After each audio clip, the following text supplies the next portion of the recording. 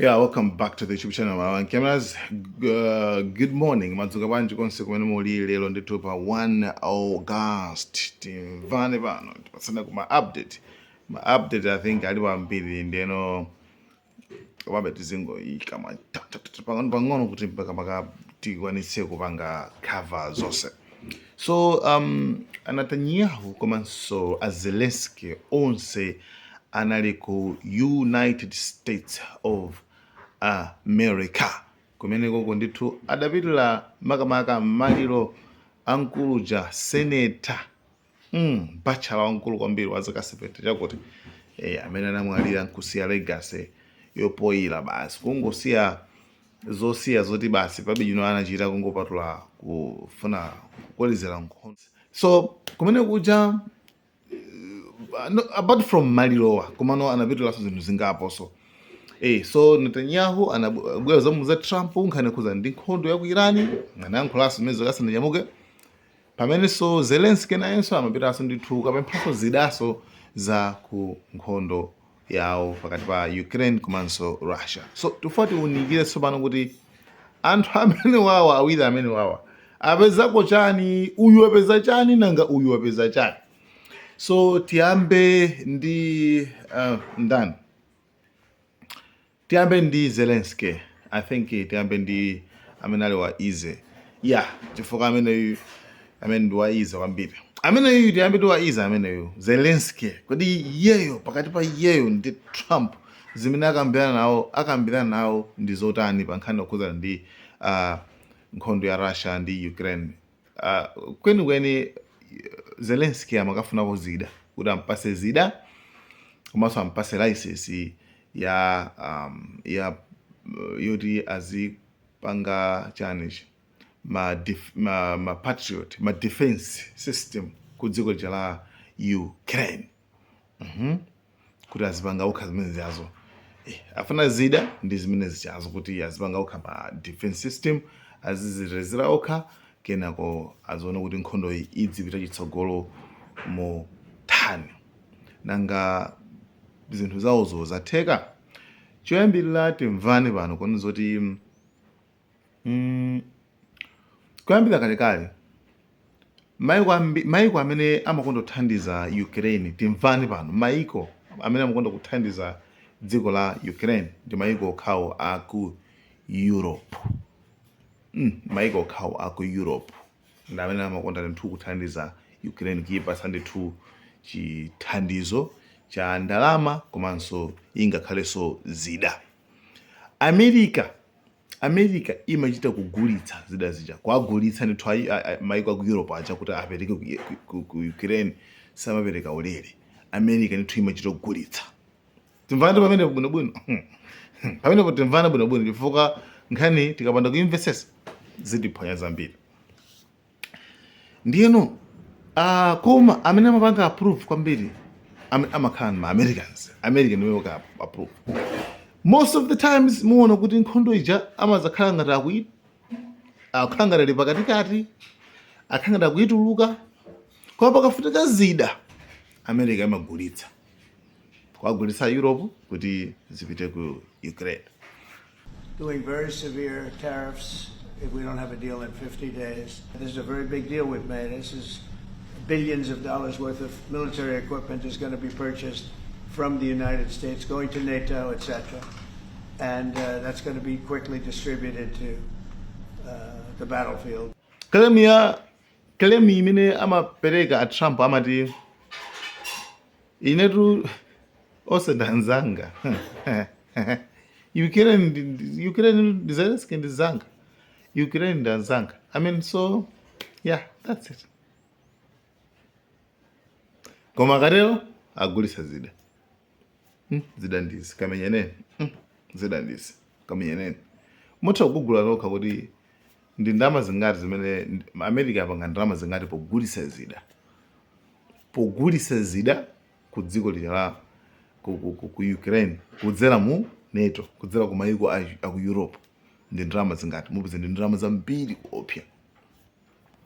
So panafika nthawi ina anachita Trump anachita kumuuza Zelensky kuti ase you ase ufuna ndidale ndi Putin iwetu iweyo Putin itu okay ine sindili mbali ya munthu koma Putin sungandiuze kuti ndidale ndi Putin ona ufuna zidale ndi Putin iweyo kudala ndi Putin kwambiri usamadale ndi Putin ya basi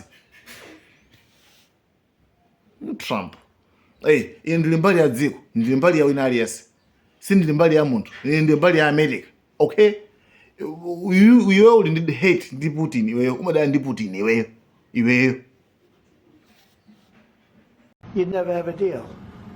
You want me to say really terrible things about Putin and then say, hi, Vladimir, how are we doing on the deal? That doesn't work that way. I'm not aligned with Putin. I'm not aligned with anybody. I'm aligned with the United States of America and for the good of the world. I'm aligned with the world, and I want to get this thing over with. You see the hatred he's got for Putin. It's very tough for me to make a deal with that kind of hate. He's got tremendous hatred, and I understand that, but I can tell you the other side isn't exactly in love with, him either. So it's not a question of alignment. I'm aligned with the world. Okay. I want to get the thing set. I'm aligned with you. So,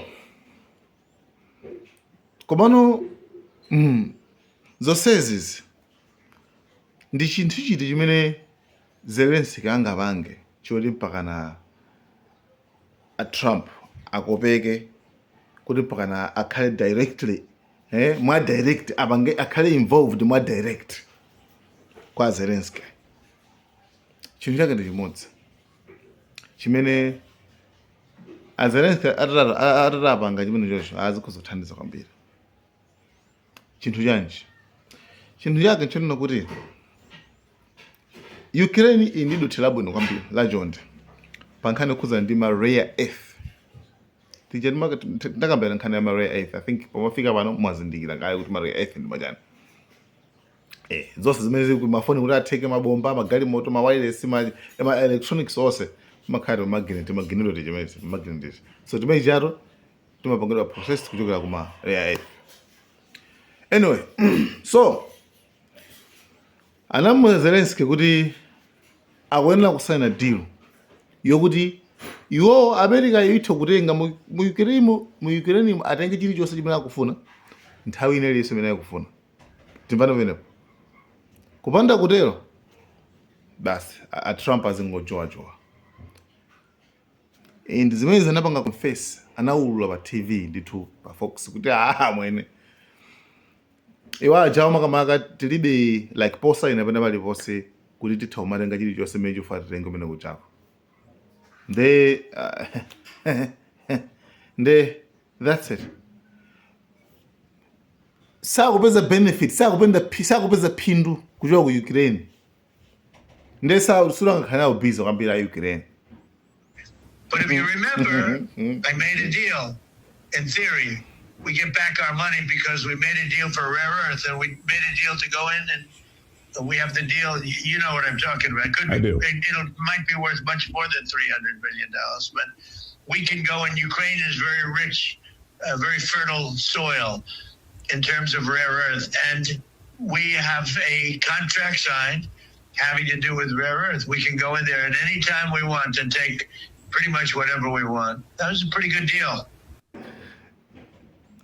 Ndewe china ujimva America ati mafuna basi kuthandiza dziko.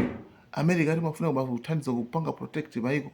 America kulo iwe America sukuiziwe. Iwe America baiziwe. America sunaiziwe.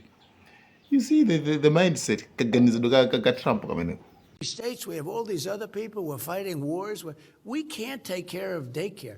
You got to let a state take care of daycare, and they should pay for it too. It's not. Akubeni guy inuma abasha guys zosimenza akufuna. And moreover, remember kuti Putin so Trump ama kwisa sunchiro even maiko enaso kuti akhalije opyezera so kumaiko enaso. Tuninga maiko ena jakapanga mantha azatengira zinakufunaso. Tinakamba kale so tinabanga kale kazi mezo khani mene pemene ndinabeka video ya Trump amanena kuti nziro muza Putin yakumenyera kwambiri ndipo ifisiriza kutetezana. Mfuneka musonkhe kuneto. Mukhende chitetezo. I mean, it's all in the politics on kuti zochita kupanga, you understand, zochita kuzipanga zimene zichazo. Chabwino. Tilowe tsopano. Okay, so kumapeto kwake zatha bwanji a Trump ndi a Zelensky kumapeto kwake zatha bwanji pamene zafika pona kuti a Trump okay, a Zelensky pamene matha meeting anena kuti hayi basa atiuza kuti ifeyo atithandiza kupanga license tikhandi license kuti tizikwanisa kupanga mapatriot like mapatriot aja ndaku America koma atha kupanga kutenga zidazo kupita nazo ku Ukraine ukapanga assemble kukaziphatikiza kumene koko kuti azikwanisa ndithu kushuta. You understand?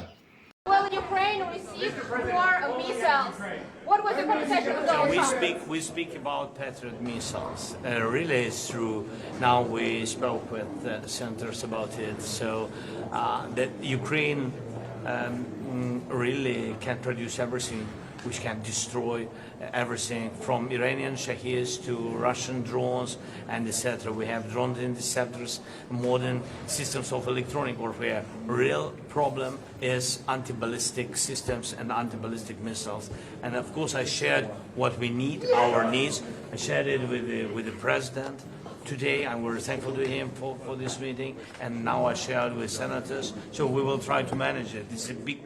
Anthu amene adandaula zoti zida zathera ma-interceptors zowakhira zathera akamba za ku Ukraine. Definitely sanasayina pena paliponse angoyankhula pakamwa chabe kudziwa kaleso ndipo so zoti zithira mu gear zimenezo.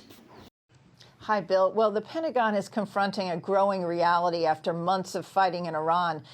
America's stockpile of missile defense interceptors is shrinking so much that military planners are weighing whether they can continue the current cycle of limited retaliatory strikes. The Center for Strategic and International Studies, using open source budget numbers, estimates U.S. Patriot interceptor inventories have fallen from roughly 2,300 pre-war.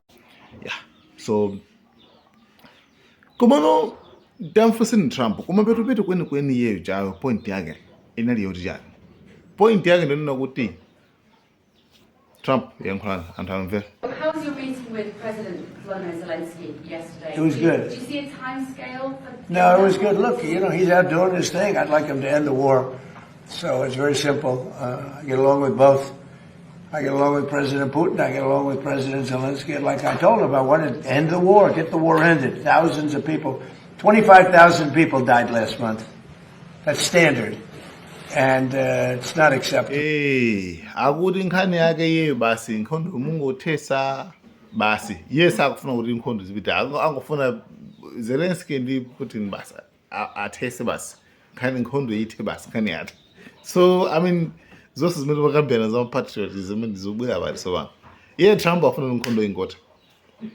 Nde akuti apita kumene koko ayina Jared Kushner, Steve Witkoff, umwe aja amatoma aja apita kumene akakambirana nkhani yokhuza ndi kuti akathese nkhondo ndi akayambe ma-negotiations zokambirana.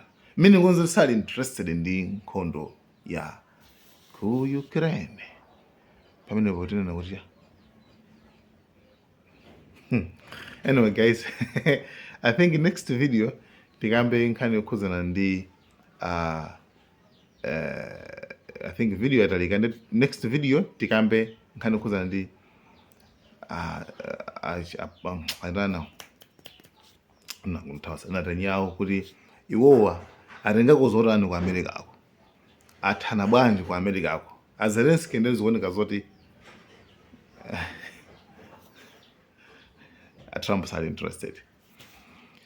Abasene akuti simunasayine pene paliponse kuti azingotenga chiti chonse kumene ku Ukraine ku nthawi imene sakufuna mari ya ife tangosayina nimuone mmene zimakupangira Trump tangosayina masakhoza kungosayina basi agreement suri sangapanga chiti chonse. Guys, thank you so much. Next video tikambeza Netanyahu kuti apindulako chani ku dziko lija la America ndi Trump kuti apangazotani mwina amene ndi amene wapindulako mwinato. koma Zelensky ndi zikuoneka zoti zimanapitira sizinateke. Guys, thank you so much. Malawi and Cameras.